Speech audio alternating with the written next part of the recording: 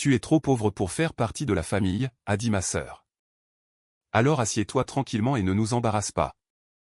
J'ai hoché la tête, je me suis éloigné et j'ai passé un appel. Juste avant le toast, la musique s'est arrêtée. Le visage de ma sœur est devenu blanc. Puis elle a crié. La basse de l'orchestre de mariage martelait à travers les semelles de mes chaussures, vibrant jusqu'à mes dents. Je serrais mon verre d'eau si fort que la condensation glacée engourdissait mes doigts. L'air à l'intérieur de la salle de bal du Roanoke Grand Hotel était lourd. Il sentait le champagne renversé, le parfum cher et les lys blancs en décomposition. Tu es trop pauvre pour faire partie de la famille, a dit Britney. Ma sœur se tenait à 3 pieds de moi. Sa robe de soie sur mesure captait la lumière des lustres. Elle a baissé la voix en un sifflement aigu, mais s'est assurée que tante Carole, debout juste derrière elle, puisse entendre chaque mot. Alors assieds-toi tranquillement, a continué ma sœur de 33 ans, son doigt parfaitement manucuré pointé vers ma poitrine. Ne nous embarrasse pas aujourd'hui. Ne parle pas de maman. Ne parle pas d'argent. Mange juste ton poulet sec et souris. Tante Carole a eu un sourire narquois et a pris une gorgée de son vin. Quelques invités à proximité ont tourné la tête, prétendant ne pas avoir entendu l'échange. À quelques pieds de là, notre mère était assise à une table d'angle, Margaret Whittaker avait l'air confuse, les mains jointes sur ses genoux, complètement inconsciente que sa plus jeune fille faisait une scène. Je n'ai pas discuté. Je n'ai pas élevé la voix. J'avais passé toute ma vie à absorber les ondes de choc de cette famille.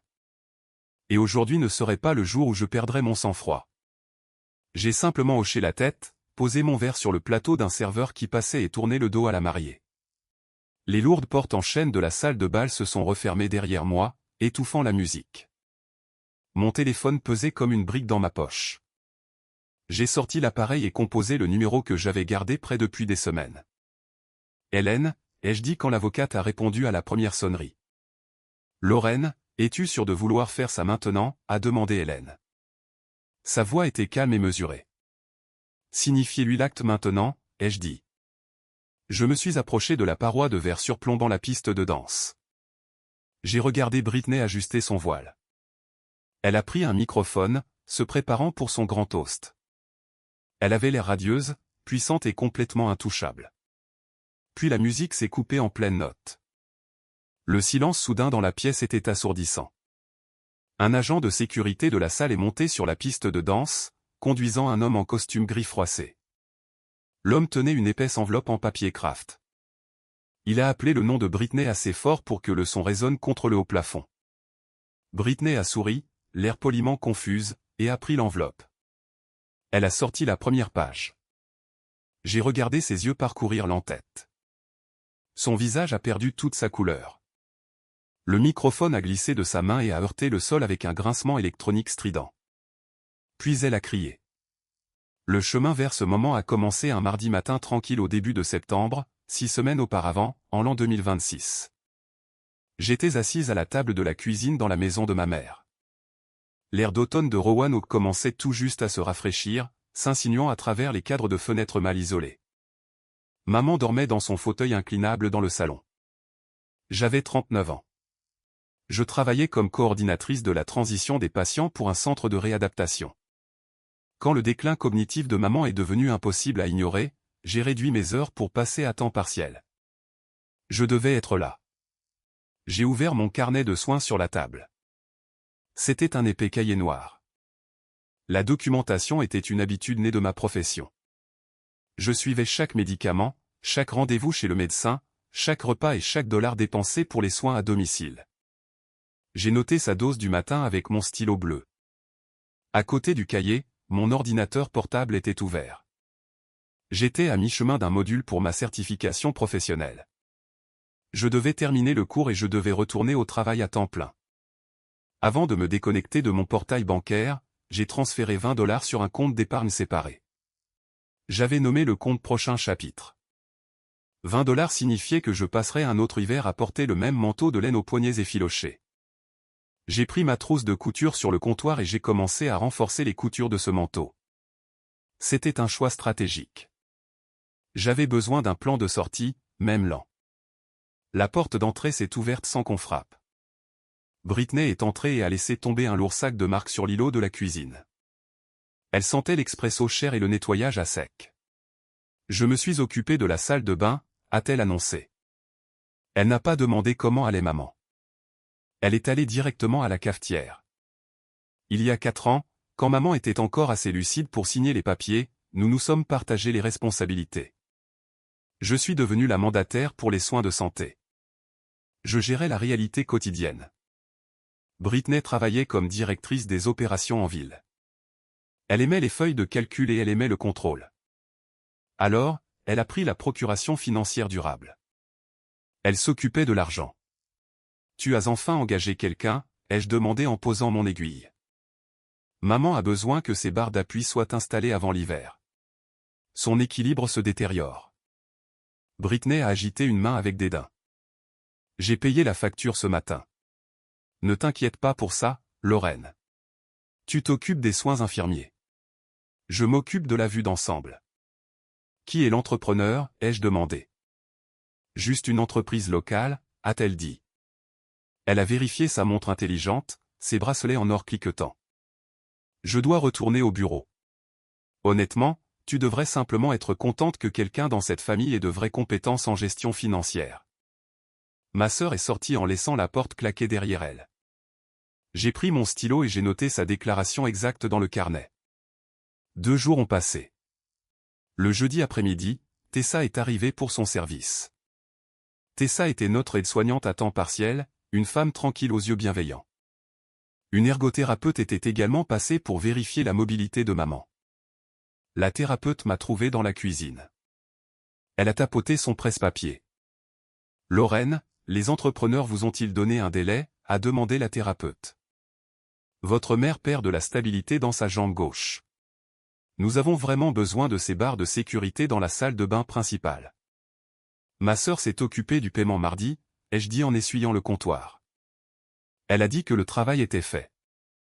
La thérapeute m'a lancé un regard vide. Tessa est entrée dans la cuisine avec une pile de serviettes propres. Elle s'est arrêtée et a croisé les bras. Lorraine, dit doucement Tessa. Personne n'est venu. J'ai été à cette maison toute la semaine. Mon estomac s'est noué. Une terreur froide s'est infiltrée dans ma poitrine, lourde et sombre. Laissez-moi vérifier les dossiers, ai-je dit. Je suis allé dans le bureau. La pièce sentait le vieux papier et le poli au citron.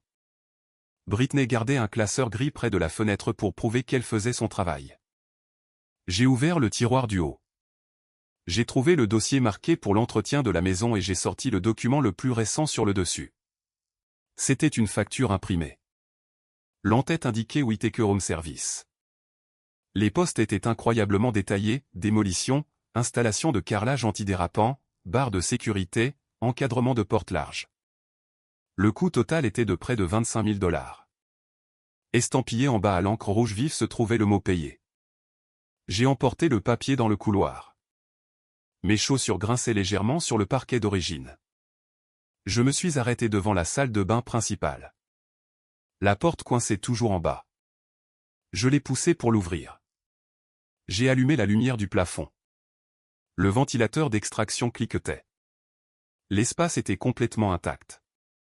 La vieille baignoire en porcelaine trônait lourdement dans le coin. Le sol en linoléum glissant se décollait légèrement sur les bords. Il n'y avait pas de barre d'appui. Il n'y avait pas d'encadrement de porte large. Je me tenais au centre de la pièce poussiéreuse.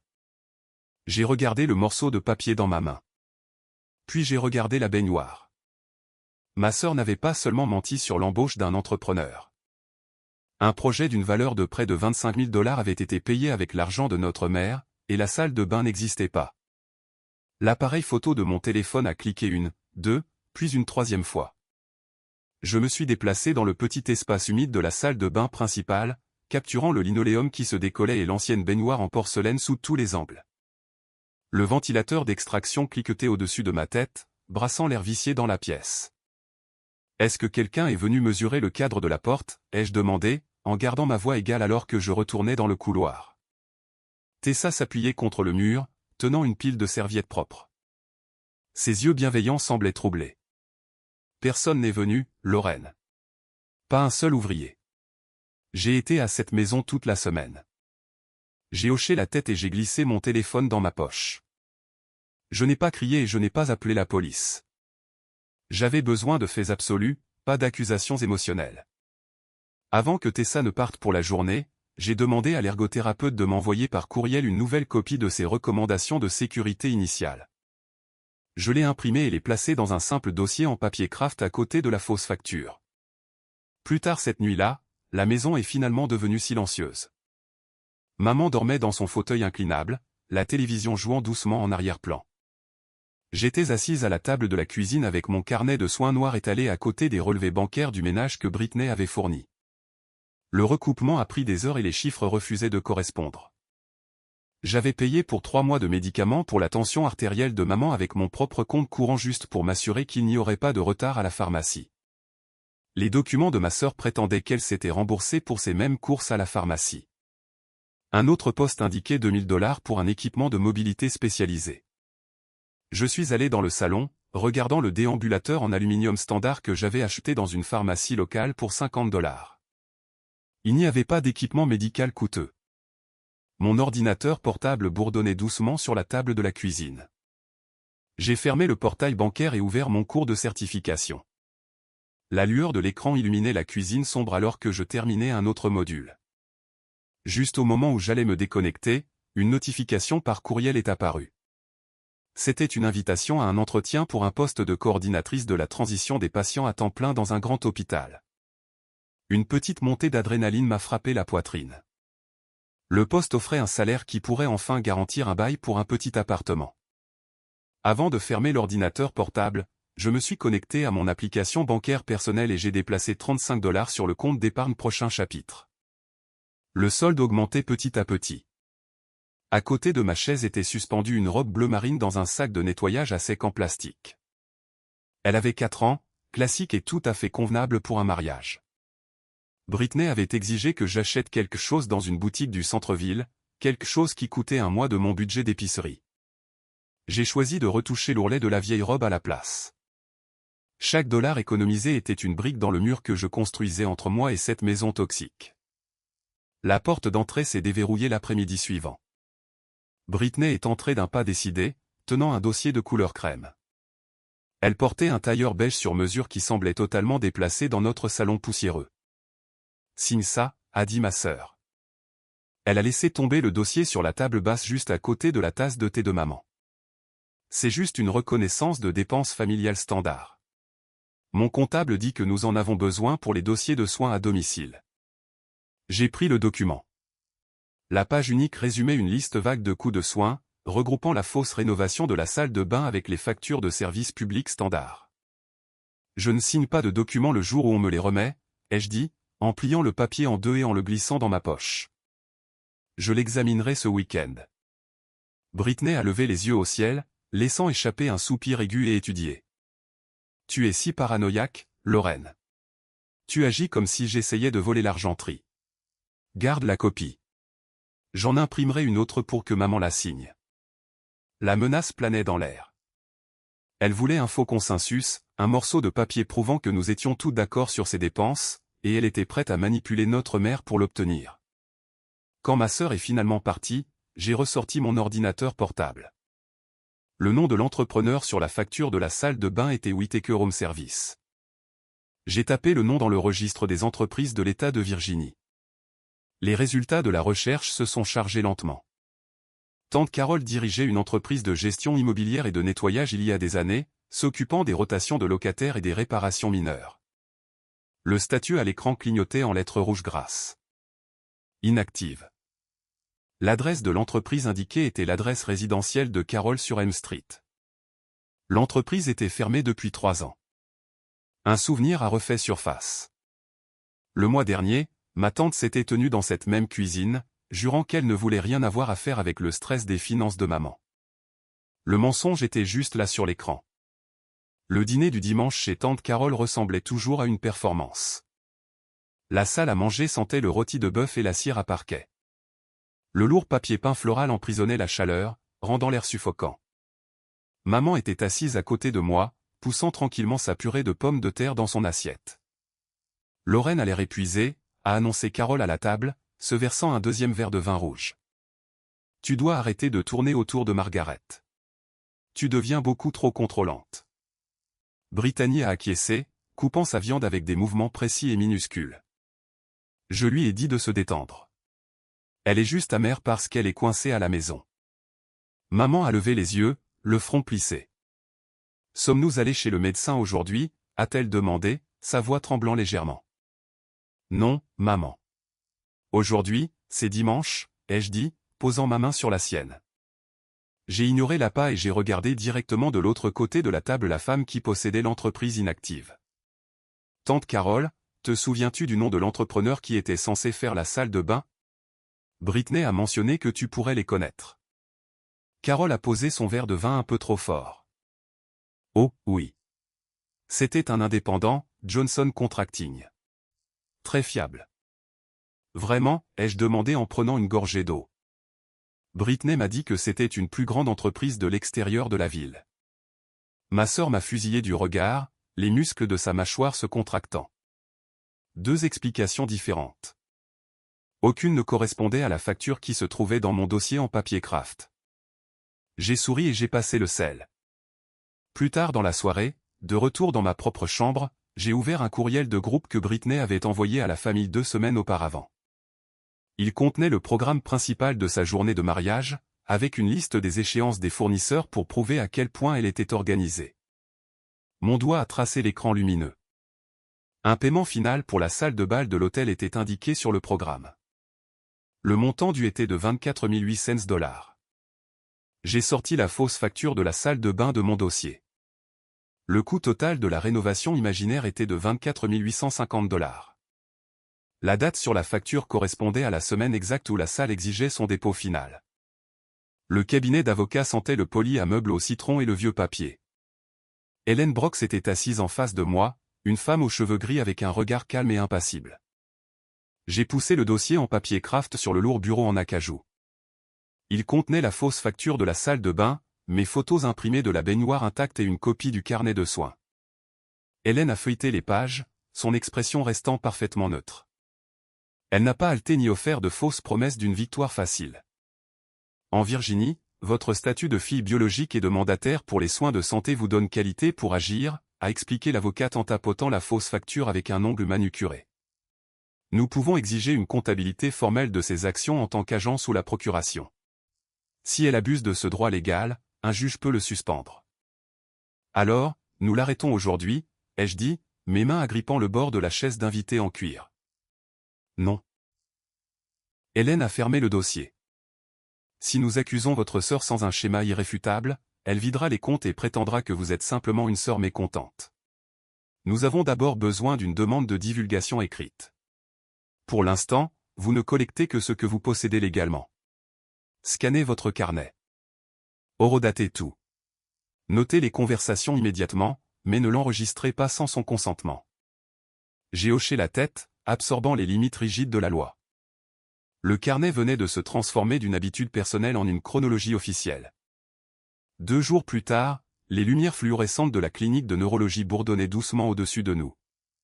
Maman était assise sur le papier d'examen froissé, les mains jointes fermement sur ses genoux.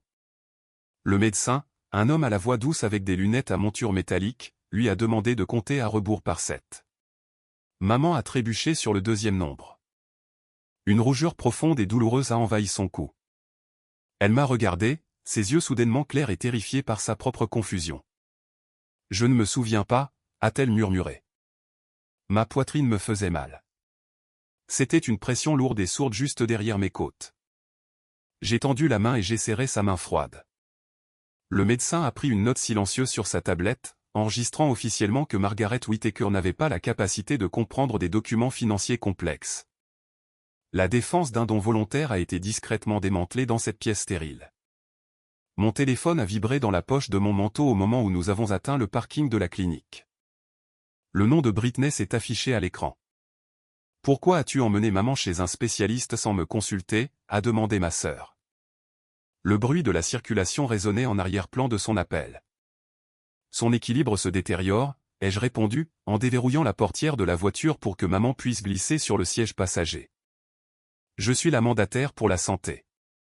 Tu essaies de l'isoler, a sèchement répliqué Brittany. Tout le monde pense que tu deviens paranoïaque, Lorraine. Continue comme ça et je dirai à toute la famille à quel point tu es devenue instable. Toutes les décisions médicales sont documentées dans le portail des patients, ai-je dit, et j'ai mis fin à l'appel. Nous sommes rentrés à la maison juste au moment où les ombres de l'après-midi s'étiraient sur la pelouse. J'ai installé maman dans son fauteuil préféré avec une tasse de thé, puis je suis allé trier le courrier éparpillé sur la console de l'entrée. Un morceau de papier cartonné brillant avait glissé derrière la table, reposant sur la plinthe en bois. Je l'ai ramassé. C'était une carte de visite d'un agent immobilier de luxe. Niché dans une pile de prospectus d'épicerie se trouvait un courriel imprimé laissé négligemment derrière. L'expéditeur était l'agent immobilier sur la carte. J'ai parcouru le texte et mon souffle s'est coupé dans ma gorge. L'agent confirmait un calendrier pour des photos de mise en scène, demandant spécifiquement un mardi matin. Le mardi était le jour exact où j'emmenais toujours maman à la physiothérapie. La dernière phrase du courriel mentionnait viser une vente rapide juste après la lune de miel. Britney ne se contentait pas de vider les comptes pour payer une salle de bal. Elle se préparait à liquider la maison dans laquelle nous nous trouvions. Je suis sorti dans l'allée et j'ai appelé Hélène, lisant le courriel imprimé à haute voix. Une vente rapide accélère notre calendrier, a dit l'avocate. Mais nous devons lier les fonds manquants à ce projet immobilier. Le vent d'automne a fait claquer les feuilles mortes dans le chêne au-dessus de ma voiture.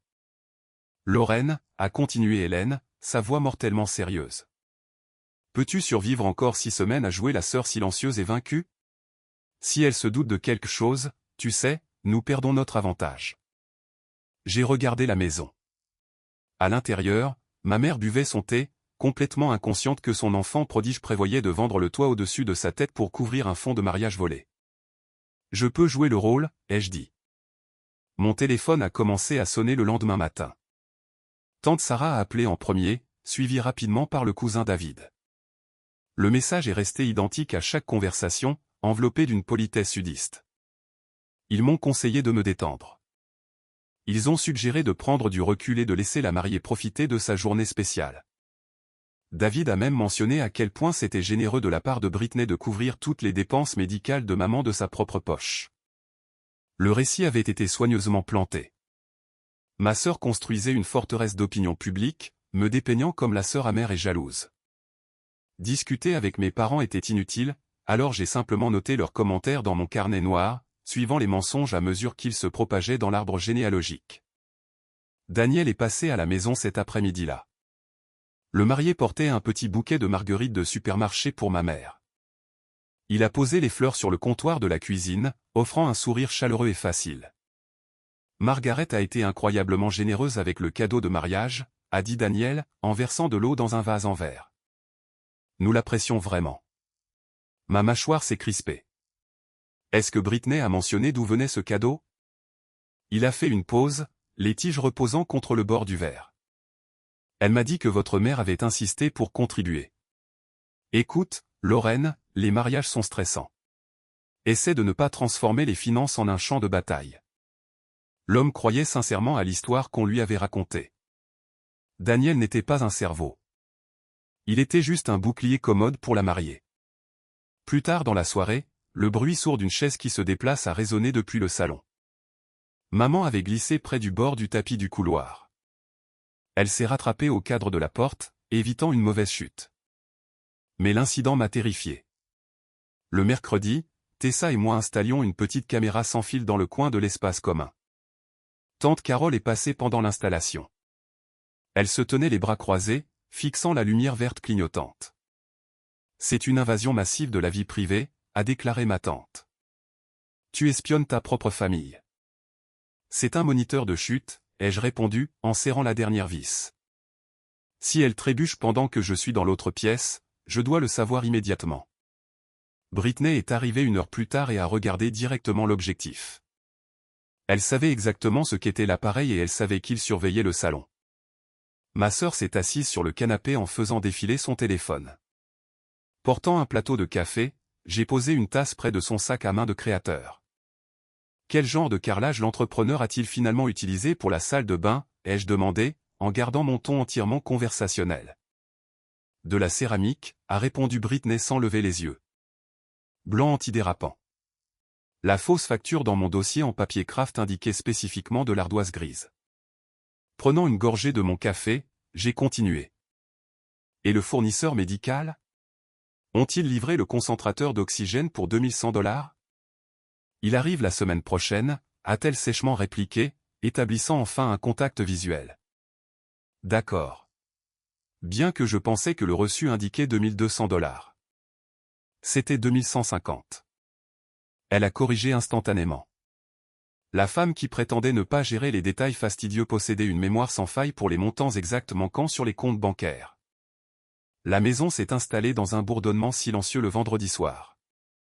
J'étais assise à côté de maman dans le salon, ajustant soigneusement l'ourlet de ma robe bleu marine. Le tissu tirait sur mes genoux. Maman regardait mes mains bouger. Ses yeux avaient un rare moment de clarté.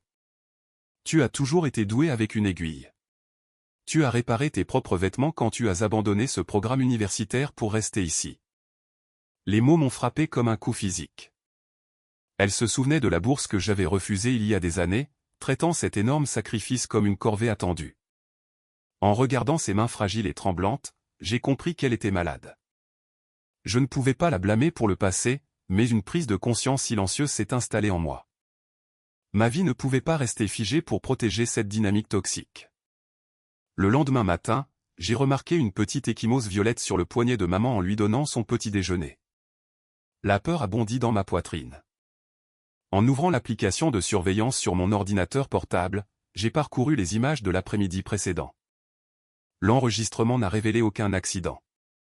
Au lieu de cela, la vidéo montrait Britney assise à côté de notre mère sur le canapé. Ma sœur a sorti une page imprimée de son sac et l'a posée sur la table basse. C'est juste un formulaire pour les réparations de la salle de bain, maman. La voix de Britney crépitait à travers les haut-parleurs de l'ordinateur. Est-ce que Lorraine est au courant de ça, a demandé maman, son ton hésitant. Elle n'a pas besoin de le savoir, a répondu l'enfant prodige, en pressant un stylo dans ses mains fragiles. Le clip s'est terminé alors que maman se penchait en avant pour signer.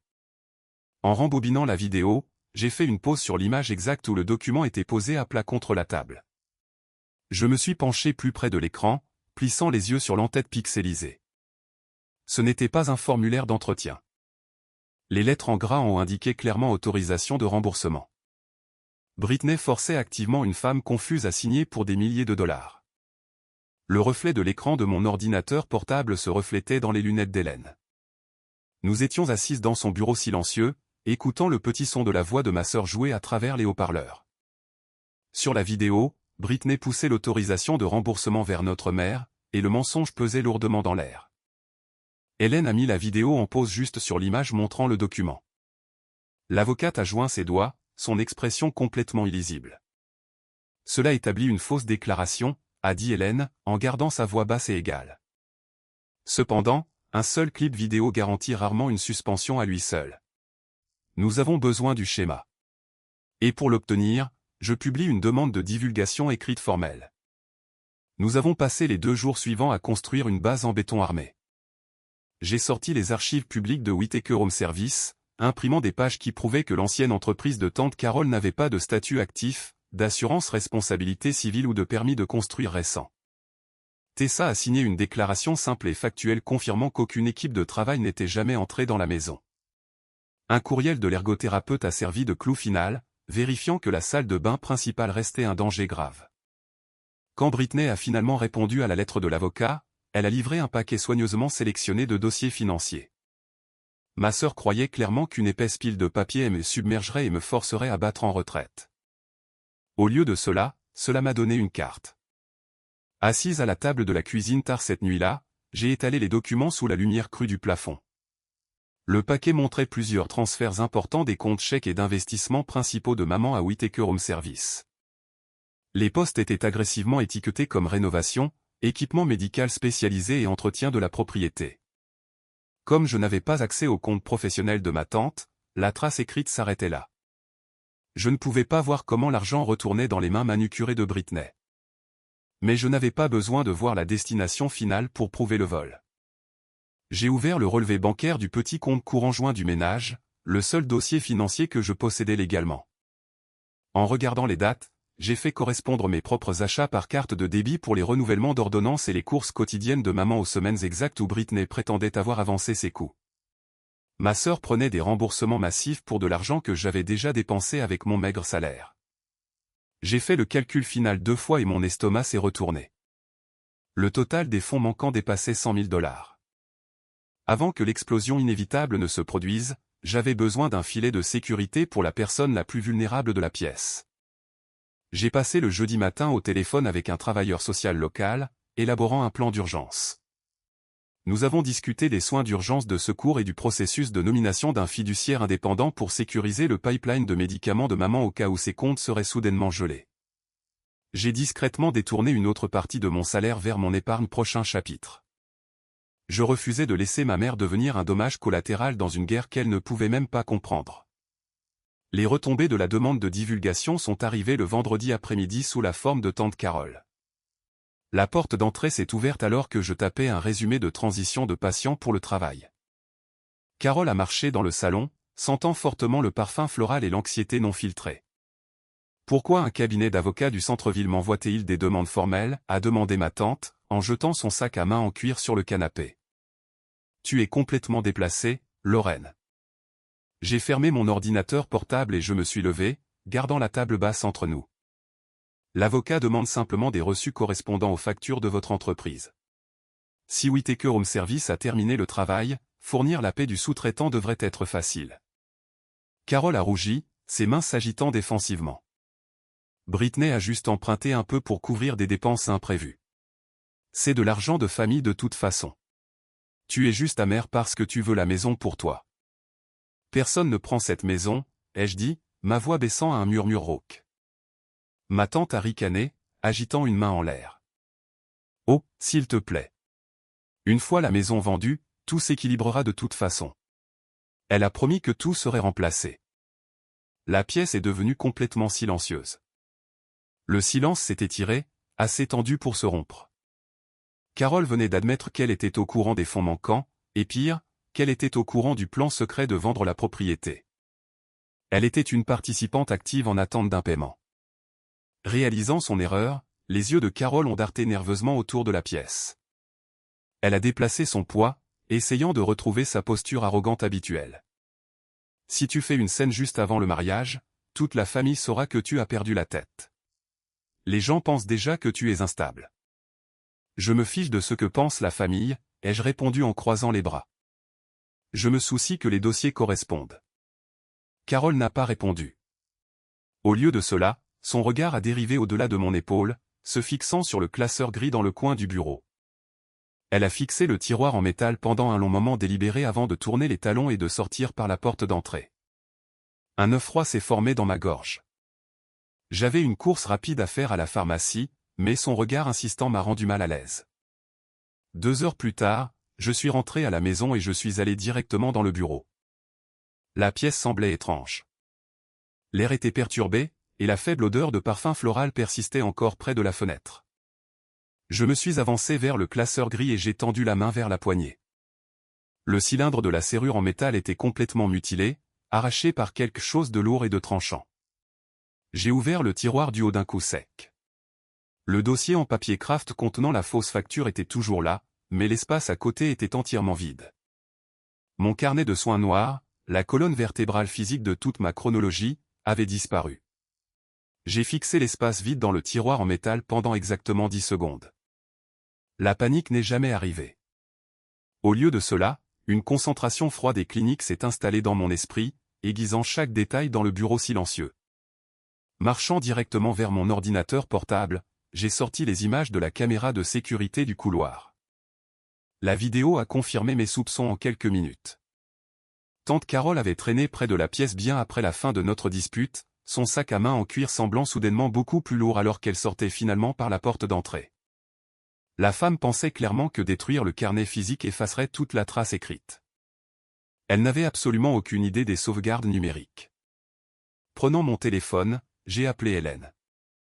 Ils ont pris le carnet de soins physiques, ai-je rapporté, en regardant la séquence enregistrée tourner en boucle sur mon écran. L'avocate a laissé échapper un souffle silencieux. « Es-tu inquiète ?»« Pas du tout », ai-je répondu, en ouvrant le dossier crypté sur le bureau de mon ordinateur. J'ai scanné chaque page et je vous les ai envoyées par courriel sur votre serveur sécurisé il y a 3 semaines. Le vol prouve simplement qu'ils ont peur de ce que ces dossiers montrent. Nous avons agi avec une précision agressive le lendemain matin.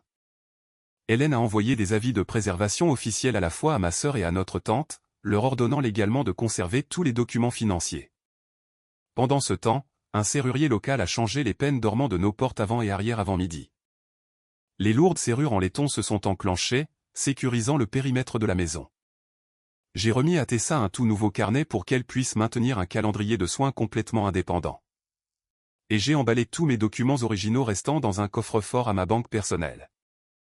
L'accès à ma mère était désormais strictement limité aux soignants médicaux approuvés et à moi-même.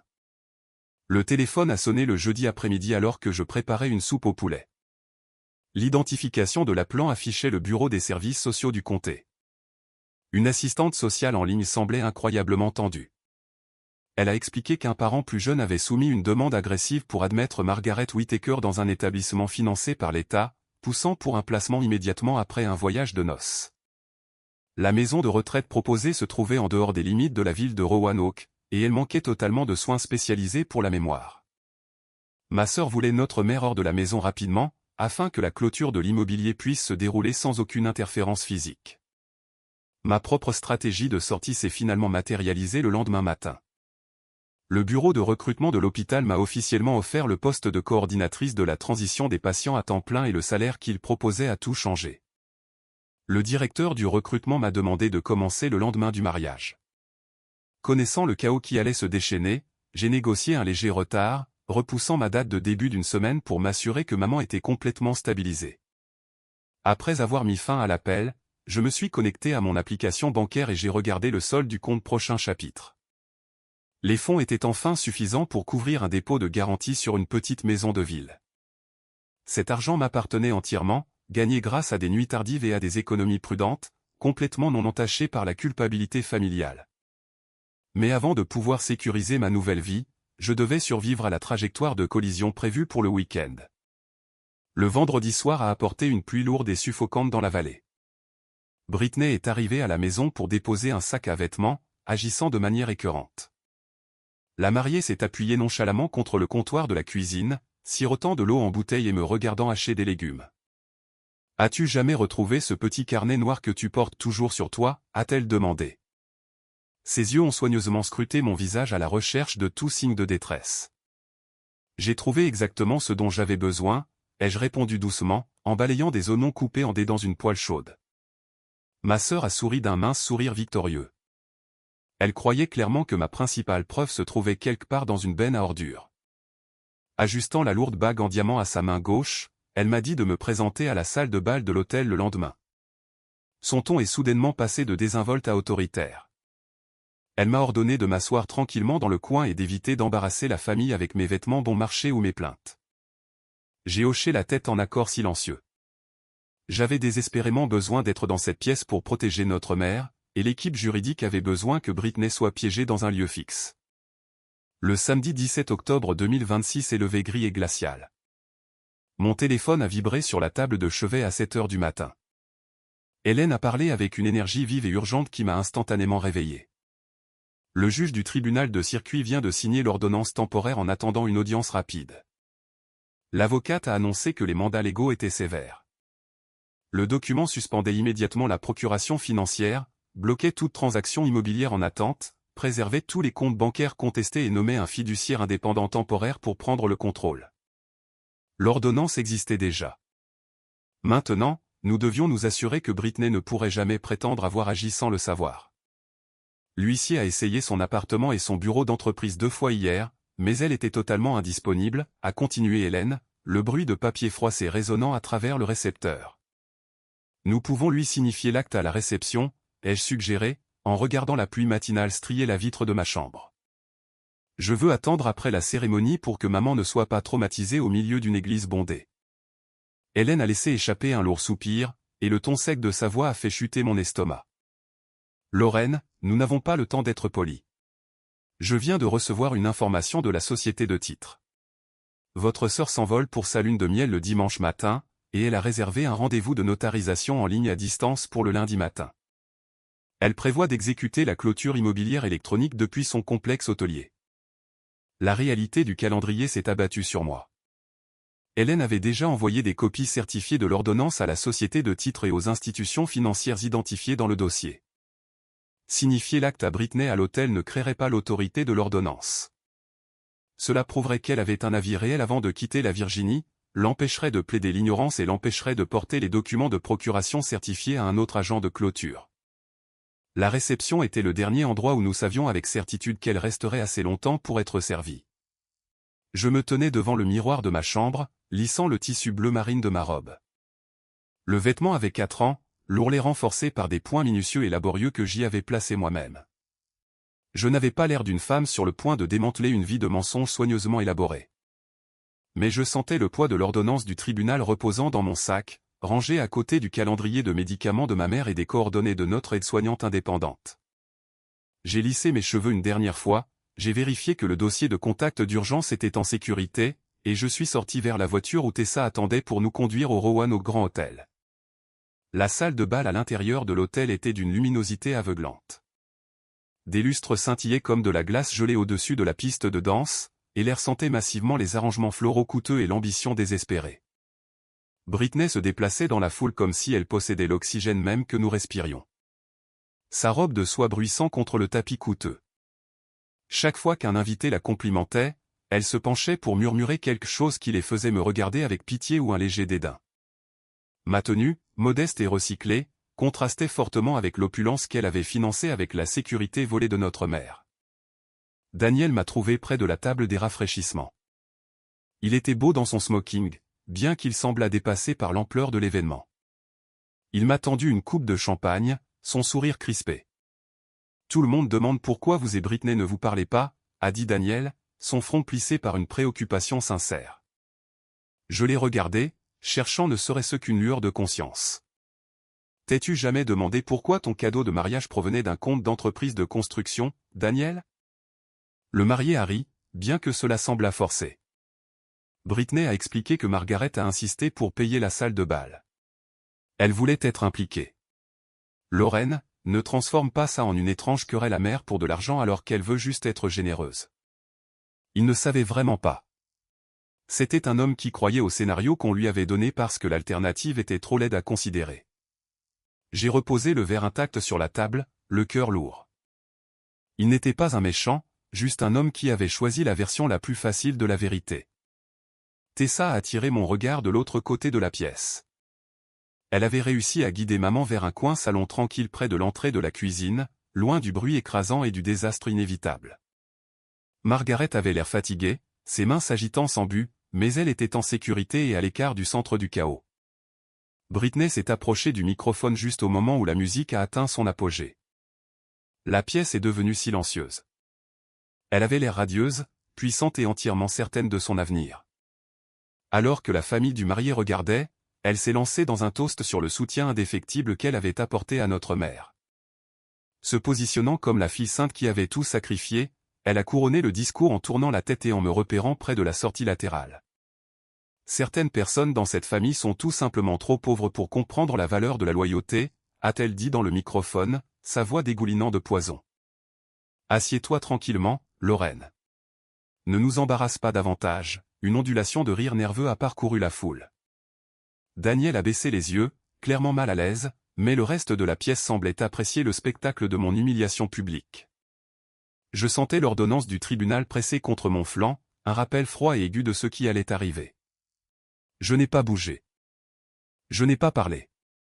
J'ai simplement sorti mon téléphone et composé le numéro d'Hélène. L'huissier est positionné à la sortie arrière, a dit Hélène, sa voix semblant nette et claire par-dessus le bourdonnement de la salle de bal. En es-tu absolument certaine, Lorraine ? J'ai regardé ma sœur, qui levait actuellement son verre à la foule en liesse.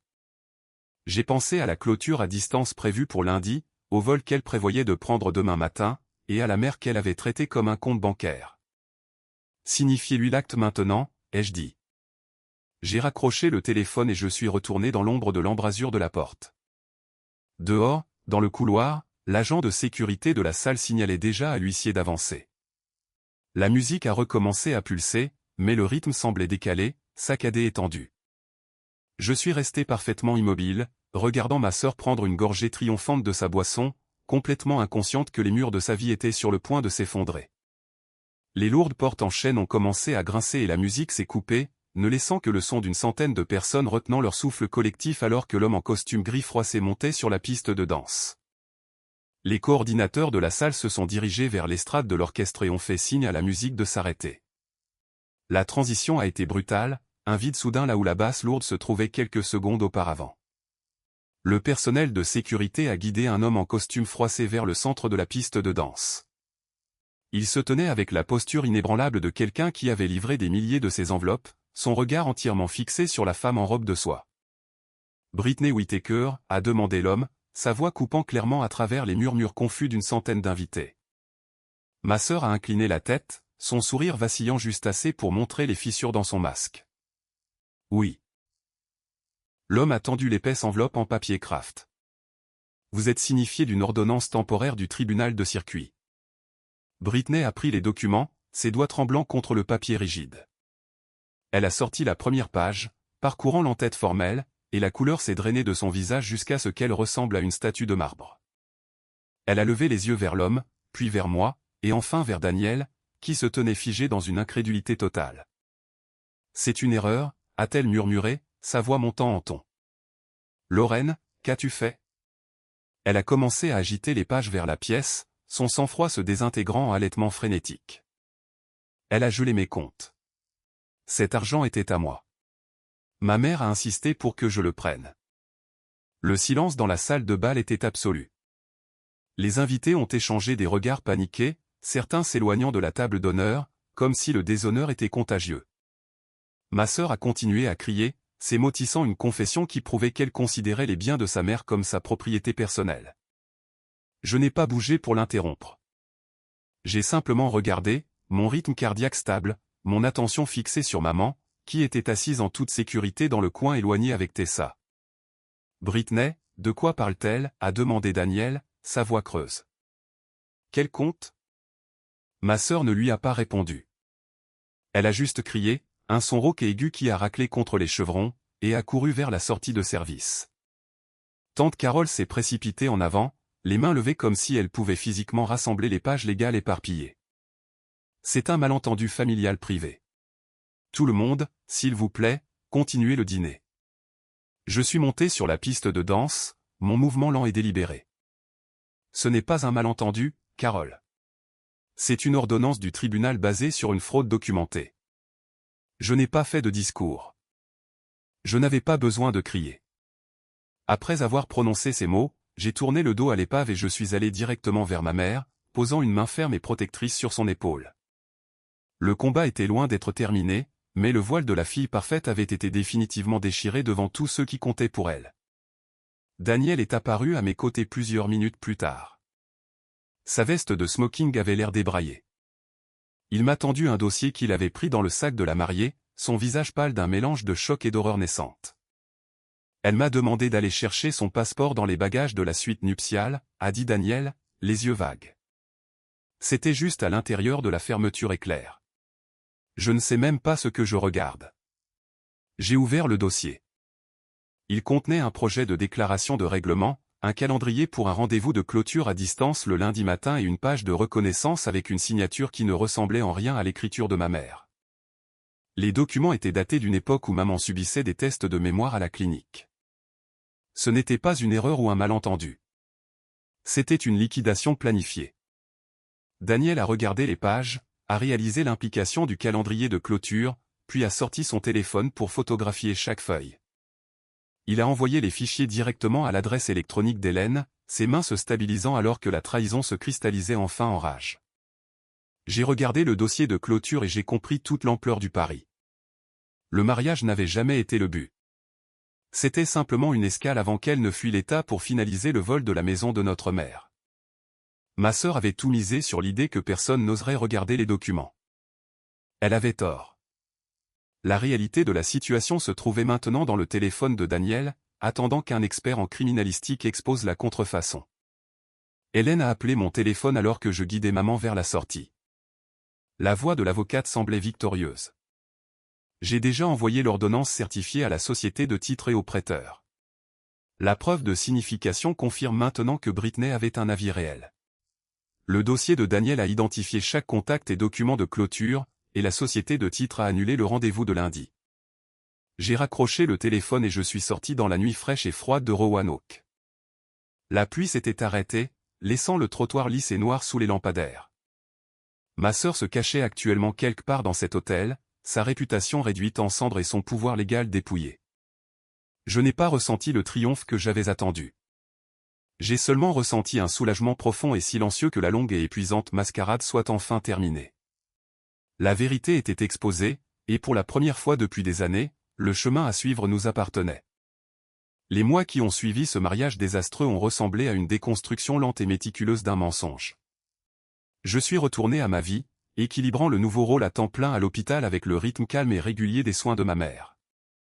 Chaque après-midi, je faisais le point avec Tessa, m'assurant que le calendrier des médicaments restait ininterrompu. Tandis qu'Hélène naviguait dans le paysage juridique de plus en plus complexe, un comptable judiciaire a finalement démêlé le réseau complexe des finances. Au moment où il a terminé son rapport final, le montant total manquant était de 148 000 $. Les factures pour les rénovations imaginaires de la salle de bain avaient été méticuleusement retracées jusqu'à l'entreprise de nettoyage défunte que tante Carole possédait autrefois. L'argent a coulé des comptes de notre mère vers l'entreprise de Carole, pour être ensuite redirigé vers les poches de ma sœur et les comptes bancaires de divers fournisseurs de mariage de luxe. L'ampleur du vol était à couper le souffle par son arrogance. Tante Carole a finalement choisi de coopérer avec les autorités dans une tentative désespérée de réduire sa propre responsabilité. Par l'intermédiaire de son avocat de la défense, Carole a remis son téléphone portable et la boîte de dossiers qu'elle avait volée de mon bureau aux enquêteurs dans le cadre de son accord de coopération avec les procureurs. Dans son entretien enregistré avec les enquêteurs, Carole a admis que les registres de l'entreprise avaient été utilisés comme un conduit pour que les transferts paraissent légitimes. Elle a également déclaré que Britney lui avait promis une part des produits de la vente de la maison en échange de son silence et de sa coopération. Hélène m'a finalement montré toute la série de messages récupérés sur ses appareils. J'étais assise dans son bureau à lire l'historique. Il y avait des échanges où Britney discutait de la manière dont elle remplacerait l'argent manquant une fois la propriété vendue, démontrant clairement qu'elle savait que les fonds avaient disparu. Dans un échange, Carole se demandait ce que je pourrais faire si je m'en rendais compte. La réponse de Britney était glaçante.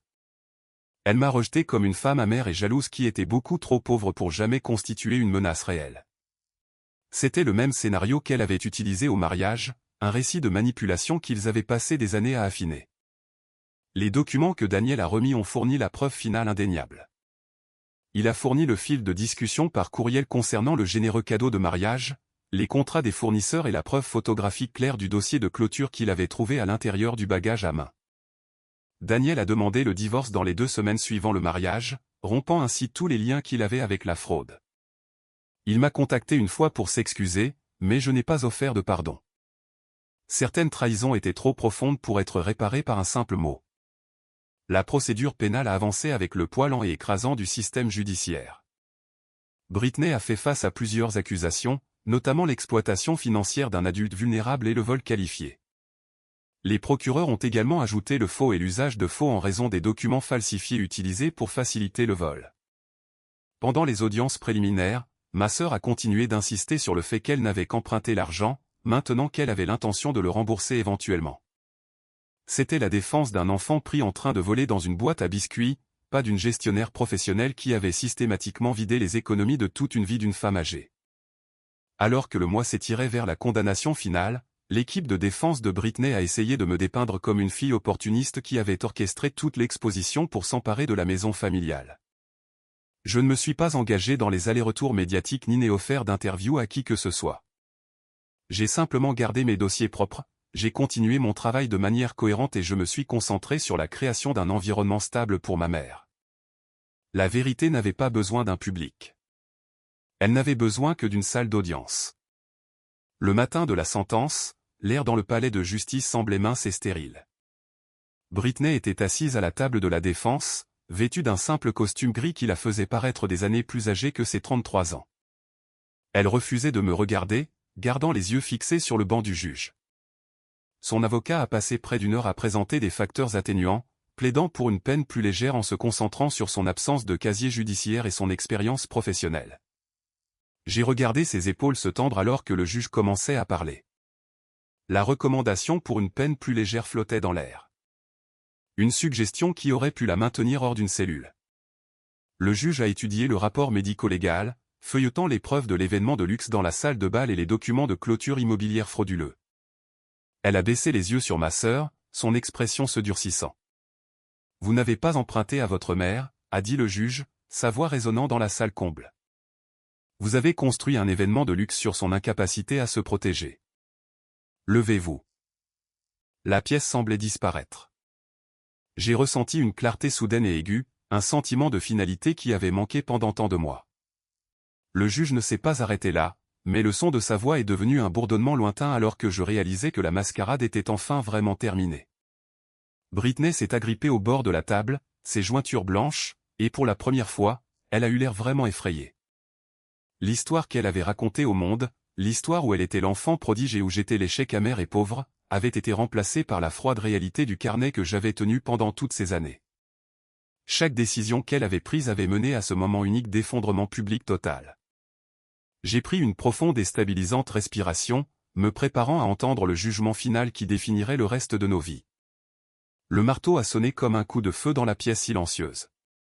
Britney a été condamnée à 3 ans d'incarcération active pour ses crimes, une peine qui reflétait la nature calculée et prédatrice de ses choix. Le juge a également imposé 2 ans de surveillance post-libération et une ordonnance stricte de fournir une restitution complète à notre mère. Une injonction permanente à dépouiller ma sœur de toute autorité légale pour agir en tant que fiduciaire pour quiconque, pour toujours. La salle d'audience était une mer de pierres grises et de murmures étouffés alors que les huissiers se déplaçaient pour sécuriser la prisonnière. Britney ne m'a pas regardé. Elle a gardé le menton haut, son expression figée dans ce masque familier et étudié, mais le tremblement de ses mains la trahissait. Elle faisait enfin face aux conséquences de son propre travail. Tante Carole a reçu une peine considérablement plus légère en raison de sa coopération avec l'État, mais sa vie dans la communauté était effectivement terminée. Elle a été condamnée à l'assignation à résidence et à une longue période de probation supervisée. Au-delà des sanctions légales, elle a fait face à la perte totale du respect de sa famille et à une montagne de dettes dues aux ordonnances de restitution. Elle était assise derrière la table de la défense, pleurant doucement, ses cheveux gris semblant fins et cassant sous les lumières crues de la salle d'audience. Je n'ai ressenti aucune joie à la voir s'effondrer. J'ai seulement ressenti un froid sentiment de justice qui équilibrait enfin la balance. Les retombées à l'extérieur du palais de justice ont été immédiates. Ma sœur a été licenciée de son poste en entreprise à la suite d'une enquête interne sur sa conduite contraire à l'éthique. Sa réputation professionnelle, autrefois le fondement de toute son identité, s'est désintégrée sous le poids des condamnations pour crime. Daniel a finalisé son divorce peu de temps après, coupant tous les liens avec l'épave. Le mariage somptueux n'avait pas été un pas vers un avenir de haut statut. Il avait été un marqueur brillant et coûteux de sa chute.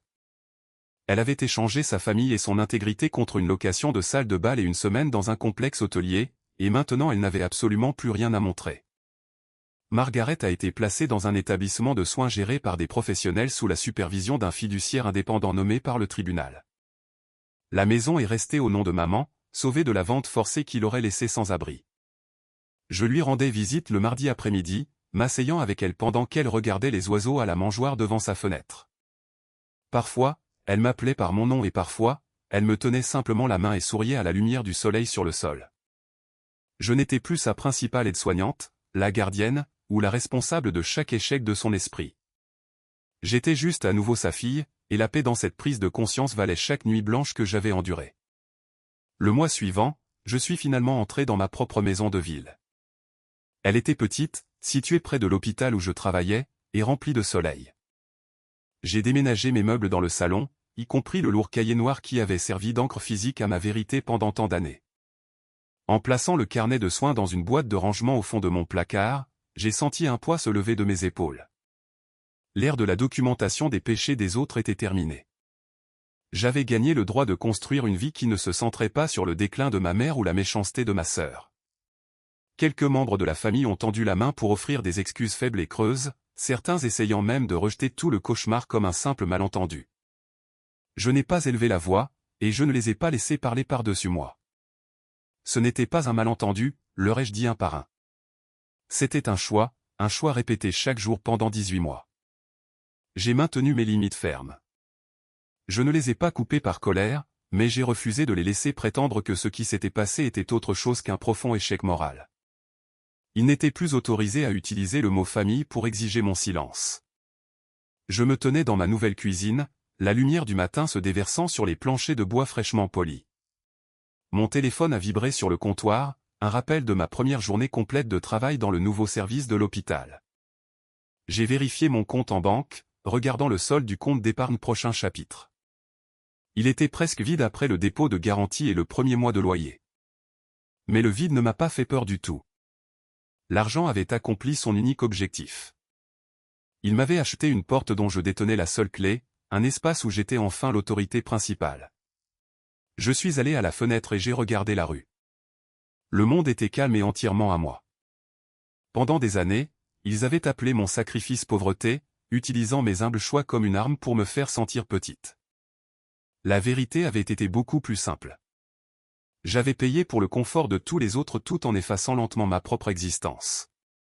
Le jour où j'ai arrêté de payer a été le jour où ma propre vie a finalement commencé. J'ai pris une profonde inspiration, j'ai rempli mes poumons de l'air pur du matin, et je suis entré dans le reste de ma vie. Vous pourriez penser que protéger votre famille signifie avaler chaque pilule amère qu'ils vous tendent, croyant que si vous sacrifiez juste assez, vous pouvez maintenir la paix. Vous avez peut-être passé des années à jouer le rôle de la personne calme et fiable, la fille qui se présente toujours pendant que les autres sont autorisés à dériver dans la vie grâce à votre travail et à votre silence. Si vous vous tenez là en ce moment, ayant l'impression de payer perpétuellement pour le confort de tous les autres pendant que votre propre vie reste en attente permanente, prenez ceci comme votre signe pour arrêter. La leçon ici n'est pas que vous devriez être cruel, mais que le véritable amour n'est jamais une invitation à être exploité. Être la personne responsable ne signifie pas que vous devez être la martyre. Vous devez réaliser que lorsque vous permettez un comportement destructeur pour les personnes vulnérables, vous ne maintenez pas la famille unie. Vous subventionnez simplement la pourriture qui finira par tout faire s'effondrer de toute façon. Il est facile de croire les mensonges qu'ils vous racontent sur vous-même, que vous êtes trop sensible, trop jalouse, ou simplement pas aussi capable que l'enfant prodige qui porte le succès comme un accessoire de créateur. Mais vous connaissez la vérité de votre propre travail et vous connaissez le poids des fardeaux que vous avez portés dans l'ombre. Vous n'êtes pas obligé de soutenir le plafond pendant qu'il brûle le sol. Vous devez apprendre à documenter la réalité que vous voyez, à faire confiance à vos propres sens quand ils essaient de vous manipuler, et à construire une vie qui repose sur ses propres fondations. Il n'y a aucune noblesse à être la seule personne qui détient la vérité pendant que tout le monde prétend que les dommages n'existent pas. Vous méritez un espace où vous n'êtes pas le plan de secours, le filet de sécurité, ou le bouc émissaire pour des gens qui préféreraient vendre votre avenir plutôt que de faire face à leurs propres limites. Il faut du courage pour cesser d'être celle qui fait tout fonctionner. Mais le moment où vous décidez que votre propre bien-être n'est pas négociable est le moment où vous reprenez votre pouvoir.